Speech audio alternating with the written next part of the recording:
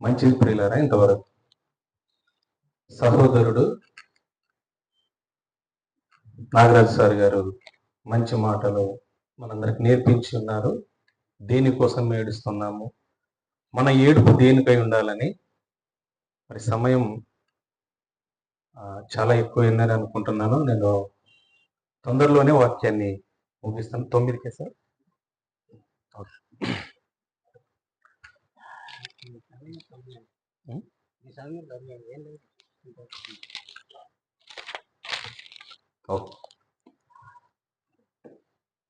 ప్రియులారా, ఈరోజు మనము నేర్చుకొనబోయే పాఠం ఏంటంటే, స్త్రీకి ప్రధానమైనది సౌందర్యమా లేకపోతే వివేకమా అనే ఒక మంచి, ఈరోజు మీది స్త్రీల కూడిక అనుకుంటా కదమ్మా.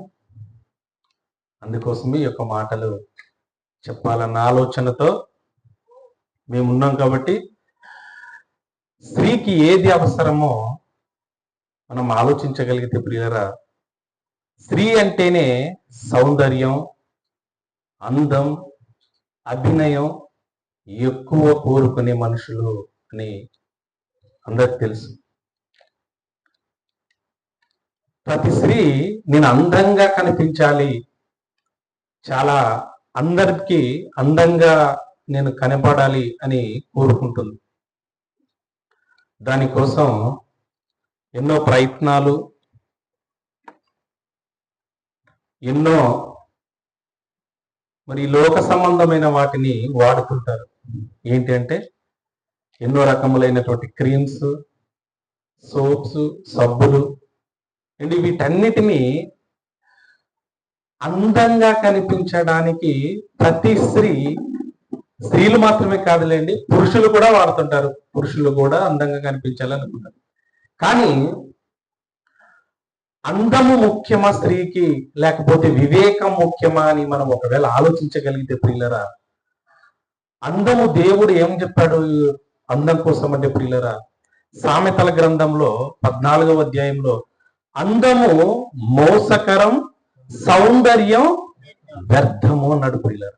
అంటే నేను మీకు షార్ట్ కట్ లో చెప్తున్నాను.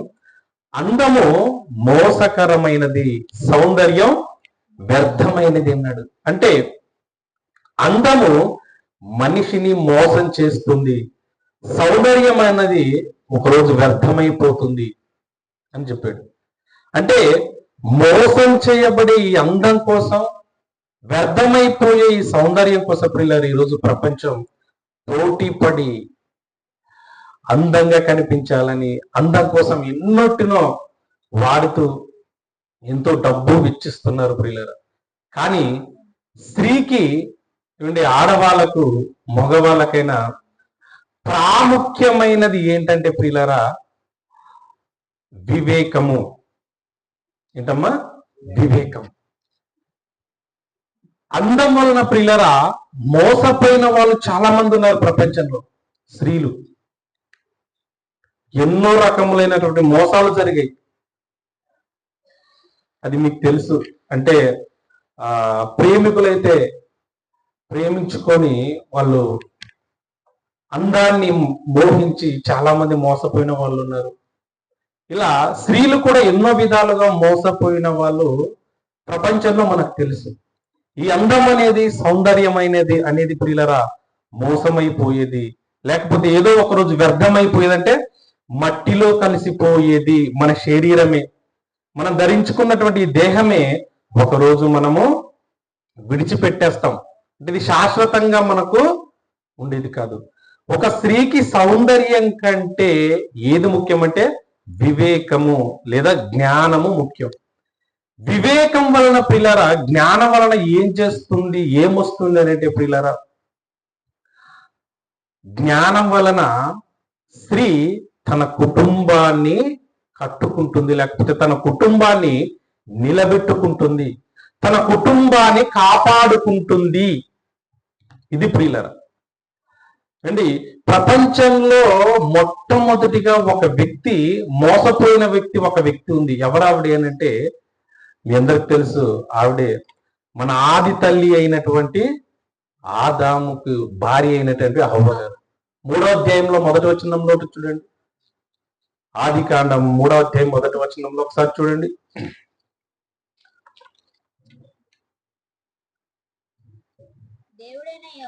దేవుడైన యెహోవా చేసిన సమస్త భూజంతువులలో సర్పము యుక్తి గలదై ఉండెను.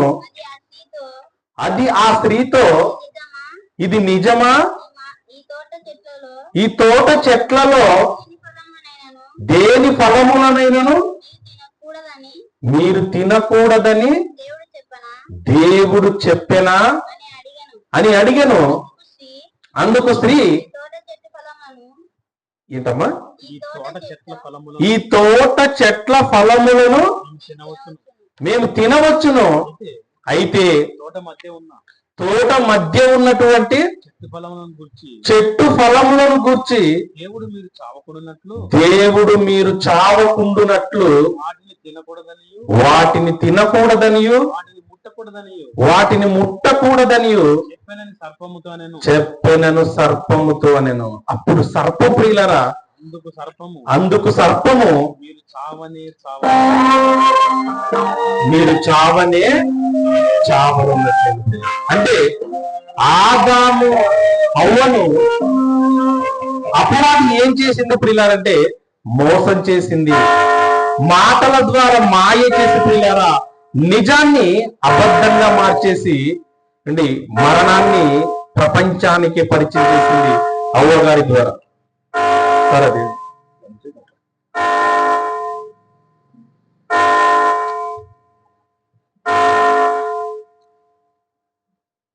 సమయము రాత్రి 9 గంటలు. జీవిత కాలమంతయు యెహోవా మందిరంలో నివసింపగోరుచున్నాను. కీర్తనలు 27:4.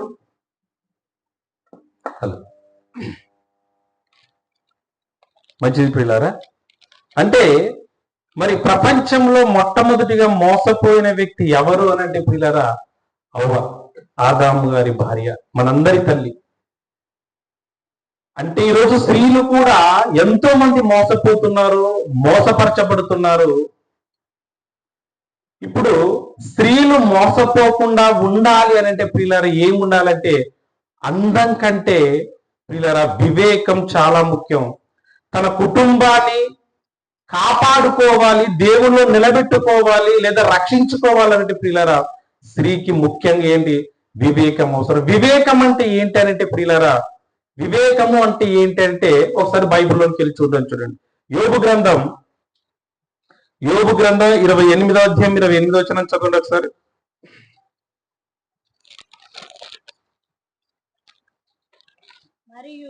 మరియు యెహోవా యందలి భయభక్తులై, యెహోవా యందు భయభక్తులే జ్ఞానమనియు దుష్టత్వము విడిచుటయే వివేకమనియు ఆయన నరులకు సెలవిచ్చిన. వివేకం అంటే ఏంటనంటే ప్రియులారా దుష్టత్వాన్ని విడిచిపెట్టడమే వివేకం. స్త్రీకి ఉండవలసింది ఏంటి? వివేకమా, అందమా అంటే ప్రియులారా అందం కంటే ప్రాముఖ్యమైనది ఏంటంటే అందం ఉండాలి, కానీ ఆ అందం మనుషులను మోసపరిచే అవకాశం ఉంది. దానికంటే ముఖ్యమైనది ఏంటంటే ఇదిగో వివేకం. ఈ వివేకం ప్రియులారా మనిషి ఈ వివేకము ఏం జరుగుతుందంటే మళ్ళీ చదవండి సార్ అన్నమాట 28వ వచనం. దుష్టత్వం విడిచిపెట్టుటయే వివేకము అని ఆయన నరులకు సెలవిచ్చుతున్నాడు. చూడండి ప్రియులారా, వివేకం అంటే ఏంటంటే దుష్టత్వాన్ని విడిచిపెట్టుట. దుష్టత్వం అంటే దుష్టుని వలన కలిగే తత్వం ప్రియులారా. అదే దుష్టుని యొక్క లక్షణం ఏంటి? పాపం చేయడమే ప్రియులారా. దుష్టత్వాన్ని విడిచిపెట్టి నడుచుకోవడమే వివేకం కలిగి బ్రతకడం. అంటే పాపానికి దూరంగా ఉండడమే వివేకం కలిగిన గలవారగా బ్రతకడం అని అర్థం ప్రియులారా.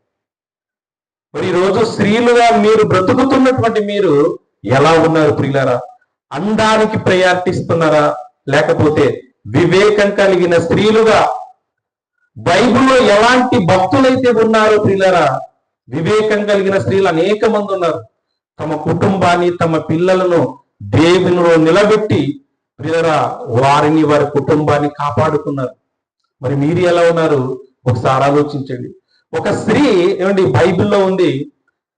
ఆవిడ ఎలాంటి వ్యక్తి అని అంటే, ఈవిడ కోసం చెప్పి నేను వాక్యాన్ని ముగిస్తాను ప్రియులారా, ఎక్కువ తీసుకోను. ఈవిడ ఎలాంటిది అని అంటే, మీ అందరికి తెలిసినటువంటి ఒక వ్యక్తి.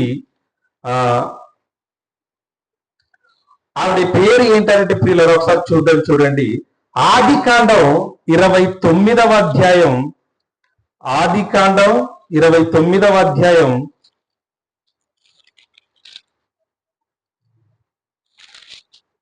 మొదటి వచనం ఒకసారి చదవండి. 29 మొదటి వచనం. యాకోబు బయలుదేరి తూర్పు జనుల దేశమునకు వెళ్ళెను. అతడు చూచినప్పుడు పొలములో ఒక బావి కనబడెను. అక్కడ దాని యొద్ద గొర్రెల మందలు 3 పండుకొని ఉండెను. కాపరులు మందలకు ఆ బావి నీళ్లు పెట్టుదురు. ఇక్కడ సందర్భం మాత్రమే ఆలోచిద్దాం ప్రియులారా. ఇక్కడ యాకోబు గారు తర్వాత లాబాను గారి కూతుర్ల కోసం రాయబడినటువంటి వాక్యం. ఈ లాబాను ఎవరు, ఈ లాబాను కూతుర్లు ఎవరు అంటే ప్రియుల యాకోబు గారి భార్యలు ఉన్నారు చూసారు. ఎవరు? రాహేలు, లేయా. ఈ రాహేల్ అనే వ్యక్తి ఎలాంటిదంటే ప్రియులరా, చాలా అందమైనటువంటి, చాలా రూపవతి అని ఉంటుంది ఆమె పేరు బైబిల్లో. చాలా అందమైనది, రూపవతి. యాకోబు గారు రాహేలుని చూసి రాహేలుని తన వశం చేసుకోవడానికి లేదా భార్యగా చేసుకోవడానికి 7 సంవత్సరాలు తన మామకి ఏం చేశాడు? కొలువు చేశాడు ప్రియులారా. అంటే మన భాషలో గాసం లేదా జీతం చేశాడు. ఒక స్త్రీ కోసం ఒక యవ్వనంలో ఉన్నటువంటి యాకోబు గారు ప్రియులారా 7 సంవత్సరాలు కష్టపడి పనిచేసి రాహేల్ తాను ప్రేమించినటువంటి రాహేల్ కోసం 7 సంవత్సరాలు పనిచేశాడు. అందాన్ని ప్రేమించి, అందాన్ని మోహించి. అంటే ఒక స్త్రీని ఒక పురుషుడు ఇష్టపడితే ఎంత కష్టం చేయడానికైనా వెనకాడు అనడానికి ఇది ఒక నిదర్శన ప్రియులారా. అంటే 7 సంవత్సరాలు చేయొచ్చా? చేశాడండి యాకోబు గారు. కానీ 7 సంవత్సరాలు చేశాడు. చేసిన తర్వాత ఏం జరిగింది అని అంటే ప్రియులారా, 7 సంవత్సరాలు అయిపోయిన తర్వాత యాకోబు గారు వెళ్ళి తన మామని అడుగుతున్నాడు. ఏమని? ఇప్పుడు 16వ వచనం చూద్దాం చూడండి. 16వ వచనం.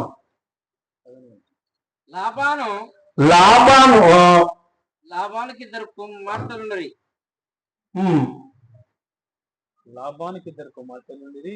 సార్ 17వ వచనం కింద చదవండి. రాహేలు రూపవతియు సుందరినై ఉండెను. యాకోబు రాహేలును ప్రేమించి నీ చిన్న కుమార్తె అయిన రాహేలు కోసము నీకు 7 సంవత్సరము కొలువు చేసేదనను. అందుకు లాబాను ఆమెను అన్నినికిచ్చుట కంటే నీకు ఇచ్చుట మేలు, నా యొద్ద ఉండుమని చెప్పగా యాకోబు రాహేలు కోసం 7 సంవత్సరములు కొలువు చేసెను. అయినను అతడు ఆమెను ప్రేమించటం వలన అతనికి 7 సంవత్సరాలండి, కొద్ది దినములుగా తొందరగా అయిపోయినా. ఎంత ప్రేమించానండి యాకోబు గారు రాహేల్ గారిని. రాహేల్ని ప్రేమించడం వల్ల 7 సంవత్సరాల కాలం కొద్ది దినములుగా తొందరగా అయిపోయినాయంట. వెంటనే వెళ్ళి మామని అడుగుతున్నాడు, నాకు ఇచ్చేయని. సరే అని చెప్పి తన మామైనటువంటి లాబాన్ గారు ప్రియులారా ఏమండి అక్కడ రాహేల్ గారిని అతనికి ఇయ్యలేదండి. ఎవరిని ఇచ్చారు? పెద్ద కుమార్తె అయినటువంటి లేయానిచ్చాడు ప్రియులారా.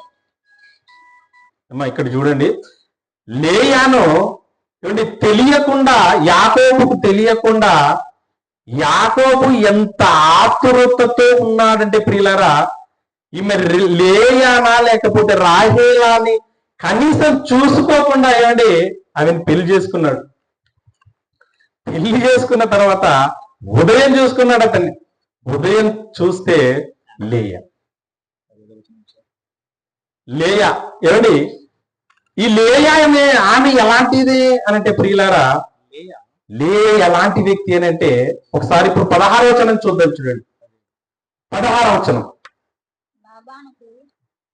16వ వచనం చదవండి. లాబానుకు 2 కుమార్తెలుండిరి, వారిలో పెద్దదాని పేరు లేయా, చిన్నదాని పేరు రాహేలు.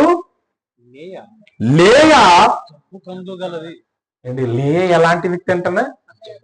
జబ్బు కండ్ల కలిగిన వ్యక్తి. జబ్బు కండ్లు అని అంటే ఏంటి అంటే ఆమెకు ఒక వ్యాధి, జబ్బు కండ్లు కలిగిన ఒక వ్యక్తిని ఏంటి వాళ్ళకు ఒక ఆచారం ఉంది, పెద్ద కూతురుని పెళ్లి చేయకముందే చిన్న కూతురుని ఇయ్యకూడదని ఆచారం వాళ్ళకు ఉంది. కాబట్టి పెద్ద కూతురుని ఇచ్చి తర్వాత చిన్న కూతురుని మరలా ఇస్తాడు. అదంతా మనకు తెలుసు. ఈ లేయాను ఏమండి పెళ్లి చేసుకున్నాడు, పెళ్లి చేసేసాడు. ఎవరు? లాబాను యాకోబుకి ఇచ్చి పెళ్లి చేసేసాడు. అంటే ఇప్పుడు భార్య భర్తలుగా వీళ్ళిద్దరు ఉండాలి. ఎవరు? యాకోబు, లేయా. కానీ ఆవిడ ఏమండి అందం లేదు కాని ప్రియులరా, ఎంత సంస్కారవంతురాలో, ఎంత గుణవంతురాలో, ఎంత వివేకం కలిగినటువంటి వ్యక్తో ప్రియులారా, మనం బైబిల్లోకి వెళ్ళి చూసి ఆలోచిస్తే ప్రియులారా మనకి దేవుని యొక్క జ్ఞానం అర్థమైపోతుందండి. ఒక లేయా యొక్క జీవితాన్ని మనం ఆలోచిస్తే ప్రియులారా ఏమండి ఇప్పుడు లేయాని పెళ్లి చేసుకున్నాడు కదా ఎవరు? యాకోబు గారు లేయాని పెళ్లి చేసుకున్నాడు. పెళ్లి చేసుకున్న తర్వాత ఏం చేయాలి? లేయాతో కాపురం చేయాలి, లేయాతో సంసారం చేయాలి. కానీ యాకోబు గారిని పెళ్లి చేసుకున్నటువంటి లేయాని విడిచిపెట్టి యాకోబు గారు ఏం చేస్తున్నాడు? మరలా 7 సంవత్సరాలు ఏమండి రాహేలు కోసం మరలా కొడువులోకి వెళ్ళిపోయినాడు అని పిల్లలు. మరలా 7 సంవత్సరాలు ఏమండి నూతనంగా భార్యాభర్తలుగా చేయబడినటువంటి యాకోబు లేయాను విడిచిపెట్టి మరలా తన మామకు మరొక స్త్రీ కోసం లేయాని విడిచిపెట్టి ఎవరు వెళ్ళిపోయారు? యాకోబు గారు వెళ్ళిపోయారు. అప్పుడు ఏమండి లేయా యొక్క మనసు, లేయా యొక్క బాధ ఎలా ఉంటుంది ఒకసారి ఆలోచించండి ప్రియుల స్త్రీలుగా. తన భర్త తనని విడిచిపెట్టి తనతో చేయవలసిన మరి సంసార ధర్మాన్ని జరిగించకుండా ప్రియులారా తన చెల్లి అయిన అందగత్తి అయిన రూపవతి కోసం మరలా కొలువులోనికి వెళ్ళిపోయాడంటే ఎంతటి అవమానం అండి లేయా గారికి కదండి. చాలా అవమానం. ఎంతో మంది అవమానించారు. అప్పటికే ఆవిడికి రోగం ఉంది, జబ్బు కళ్ళది. అంటే ఆవిడకి ఇంకా అప్పటి వరకు పెళ్లి చూపులు కూడా జరగలేదంటండి. యాకోబు చేసుకొనక ముందు ఆవిడని ఎవరు పెళ్లి చేసుకోవడానికి కూడా ఇష్టపడలేదు. అంటే ఎన్నో అవమానాలు, ఎన్నో కష్టాలు అనుభవించి తన తండ్రి ద్వారా ఒక భర్తను ఇస్తే ఆ భర్త కూడా తనని విడిచిపెట్టి మరొక స్త్రీ కోసం వెళ్ళిపోయాడు. ఈ వెళ్ళిపోయినటువంటి యాకోబు గారి ప్రియులారా ఏమండి లేయాను ప్రేమించలేదండి. లేయాను ఇష్టపడి లేయాను ప్రేమించి ఆవిడతో కాపురం చేయలేదు. ఎవరు? యాకోబు గారు. మరి ఎలా చేశాడంటే ప్రియులారా ఏంటి పేరుకు మాత్రమే ఏమంటారు దాన్ని, పేరుకు మాత్రమే పెళ్లి జరిగింది కాబట్టి ఆవిడతో చేయాలంటే చేసేటట్టుగా చేశాడు కాపురం. కానీ అది నిజం తెలిసిన తర్వాత ప్రియులారా లేయాను యాకోబు గారు చాలా ద్వేషించాడు. ఎంతలా ద్వేషించాడంటే ప్రియులారా ఒకసారి చూడండి అదే ఆదికాండం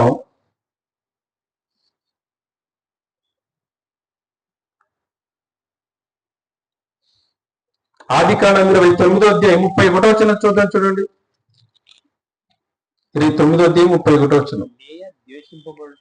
లేయా ద్వేషింపబడుట యెహోవా చూచి ఆమె గర్భము తెరిచెను అంటున్నాడు, చూడండి ప్రియులారా.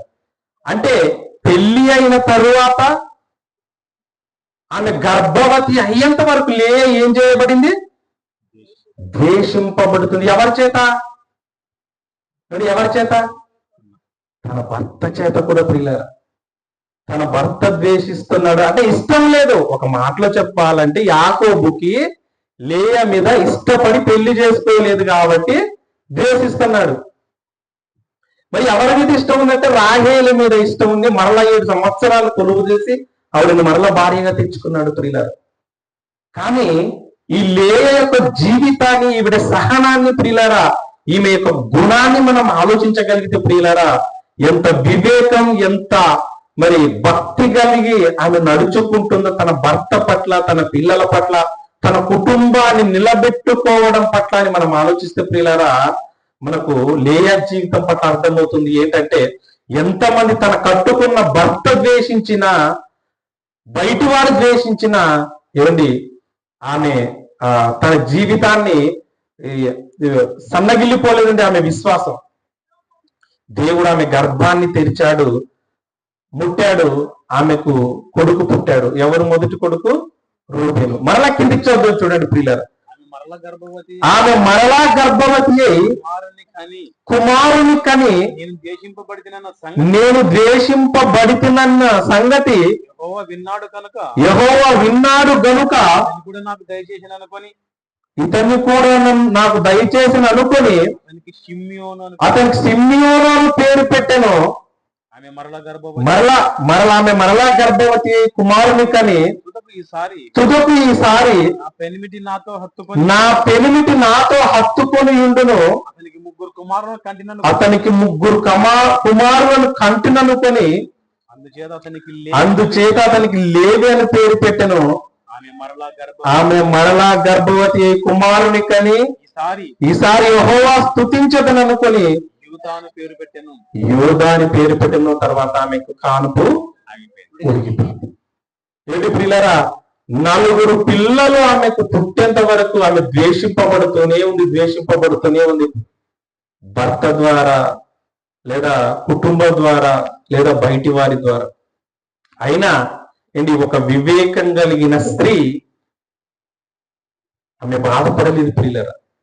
అందం కంటే ముఖ్యం గుణం కలిగిన వ్యక్తివిడే ఎవరంటే లేయా. తన కుటుంబాన్ని కాపాడుకుంది, భార్య కోసం నిలబడింది, దేవుణ్ణి ఎందు విశ్వాసం కలిగి జీవించింది ప్రియులారా. ప్రారంభంలో వీళ్ళు ఈ లేయా రాహేల్ అనే వాళ్ళు ఇశ్రాయేలీయులు కాదు, వీళ్ళు అన్యులు. అయినా వీళ్ళు ఈమె దేవుని యందు విశ్వాసం కలిగి మంచి గుణం కలిగి ప్రియులారా తన కుటుంబాన్ని, తన భర్తను, తన పిల్లలను కాపాడుకొని తన కుటుంబాన్ని నిలబెట్టుకొని కట్టుకుంది దేవునిలో. స్త్రీకి ముఖ్యం ఏంటంటే ప్రియులారా, ఇదిగో అందము కంటే వివేకం లేదా గుణం చాలా ప్రాముఖ్యం దేవునిలో. మీరు వివేకం కలిగి, గుణం కలిగి, మంచి మనసు కలిగి దేవునిలో ఉంటే ప్రియులారా, మీరు మీ కుటుంబాన్ని కాపాడుకుంటారు, మీ పిల్లల్ని నిలబెట్టుకుంటారు, మీ భర్తని కూడా మీరు కాపాడుకుంటారు. ఇదండి ప్రియులారా స్త్రీలకు ఉండవలసినటువంటి లక్షణం. ఒక లేయాకున్నటువంటి గుణం కలిగినటువంటి వారుగా దేవునిలో ఉన్నటువంటి స్త్రీలు మీరు ఉండాలి. అందం కంటే ముఖ్యం ప్రియులారా గుణం ముఖ్యం. దేవుడు గుణాన్ని చూసేది. కాబట్టి ఇందులో ఉన్నటువంటి మీరు, సంఘములో ఉన్నటువంటి మీరు, విశ్వాసులుగా ఉన్నటువంటి మీరు, కుటుంబాన్ని పాలిస్తున్నటువంటి స్త్రీలుగా ఉన్నటువంటి మీరు మంచి గుణవంతురాలై మీ కుటుంబాలను దేవునిలో నిలబెట్టుకోవాలి, కట్టుకోవాలని కోరుకుంటూ ప్రియులారా ఇలా ఉండి మీరు దేవునిలో ఉంటే దేవుడు మీకు అనుకున్నవన్నీ దేవుడు చేస్తానన్నాడు. అది ఎక్కడంటే ప్రియులారా, అదొక మాట చూసుకుని వాక్యాన్ని ముగించుకున్న చూడండి. మొదటి రాజుల గ్రంథం 2వ అధ్యాయం 3వ వచనం. నీ దేవుడైన యెహోవా అప్పగించిన దానిని, అంటే నీకు దేవుడు ఏ పనైతే అప్పగించాడో, ఎలాగైతే నువ్వు బ్రతకాలని దేవుడు కోరుకున్నాడో, ఎలాగైతే నువ్వు బ్రతకపోనదని దేవుడు నీకు ఆజ్ఞలు పెట్టాడో, అలాగ బ్రతికి గాన నువ్వు ఒకవేళ దేవునిలో ఉంటే అని చెబుతున్నాడు ఈ మాట. చదవండి సార్ మళ్ళీ. నీ దేవుడైన యెహోవా అప్పగించిన దానిని కాపాడి ఆయన మార్గమును అనుసరించిన ఎడల నీవు ఏ పని పూనికొనినను ఎక్కడ తిరిగినను నువ్వు ఎక్కడ తిరిగినను అన్నిటిలో వివేకముగా నడుచుకుందువు. సార్, మోషే ధర్మశాస్త్రములో వ్రాయబడి ఉన్న దేవుని కట్టడలను, ఆయన నియమించిన ధర్మమంతటిని, ఆయన న్యాయ విధులను, శాసనములను గైకోనువు అన్నాడు. చూడండి ప్రియులారా, వీటన్నిటిని పాటిస్తూ ఒక గుణవంతురాలుగా, వివేకం కలిగిన స్త్రీగా, మంచి మనసు కలిగిన వ్యక్తిగా, ఒక లేయాల ద్వేషింపబడిన, అందం లేకపోయినా అంద విహారంగా ఉన్న మంచి గుణం, మంచి వివేకం, మంచి దేవుని జ్ఞానం, ప్రేమ, భక్తురాలు కలిగి మీరు బ్రతకగలిగితే దేవునిలో ప్రియులారా, మీరు అనుకున్నవన్నిటిని దేవుడు నేను మీకు చేస్తానంటున్నాడు. ప్రియులారా, మీరు చేసిన పనంతటిని నేను నెరవేరుస్తానంటున్నాడు. చూడండి ప్రియులారా, మరలా చదువుతుందో ఆ మాట. 2వ అధ్యాయం 3వ వచనం. నీ దేవుడైన యెహోవా అప్పగించిన దానిని కాపాడి ఆయన మార్గంలో అనుసరించిన ఎడల నీవు ఏ పని చేసినను, అంటే నువ్వు ఏ పని చేసినా, నువ్వు ఎక్కడ తిరిగినా అన్నిటిలో వివేకముగా నడుచుకుందు. అంటే అన్ని పనులను దేవుడు నీకు నెరవేరుస్తాడు. కాబట్టి ప్రియులారా, మీరు ఎలా ఉండాలంటే, ఇదిగో ఒక మంచి స్త్రీలుగా, వివేకం కలిగిన స్త్రీలుగా, భక్తిపరులైనటువంటి స్త్రీలుగా దేవునిలో మీరు మీ విశ్వాసాన్ని కాపాడుకుంటూ, మీ కుటుంబాన్ని నిలబెట్టుకుంటూ, మీ భర్తలను కాపాడుకుంటూ, సంఘంలో గొప్పగా మీరందరూ మరి పొగడబడాలని, తర్వాత మీరందరూ దేవుడు ఉన్నటువంటి మహాలోకానికి చేరుకోవాలని కోరుకుంటూ ఇంతటితో నా మాటను ముగిస్తున్నాను. స్త్రీకి ఉండవలసినటువంటి గొప్ప లక్షణం ఏంటంటే ప్రియులారా, అందం కంటే ముఖ్యమైనది గుణం లేదా వివేకం. అలా కలిసి, అలా మంచి లక్షణం కలిగి మీరందరూ బ్రతికి, మీరందరూ మరి దేవుడు అనుకున్నట్లుగా బ్రతకగలరని కోరుకుంటూ ఇంతటితో నా మాటలు ముగిస్తున్నాను. మీ అందరికీ వందనాలు.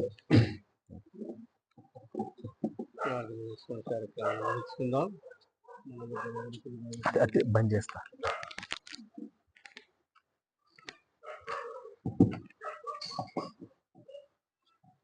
ప్రార్థన చేసుకుందాం. పరమందున్న మా తండ్రి,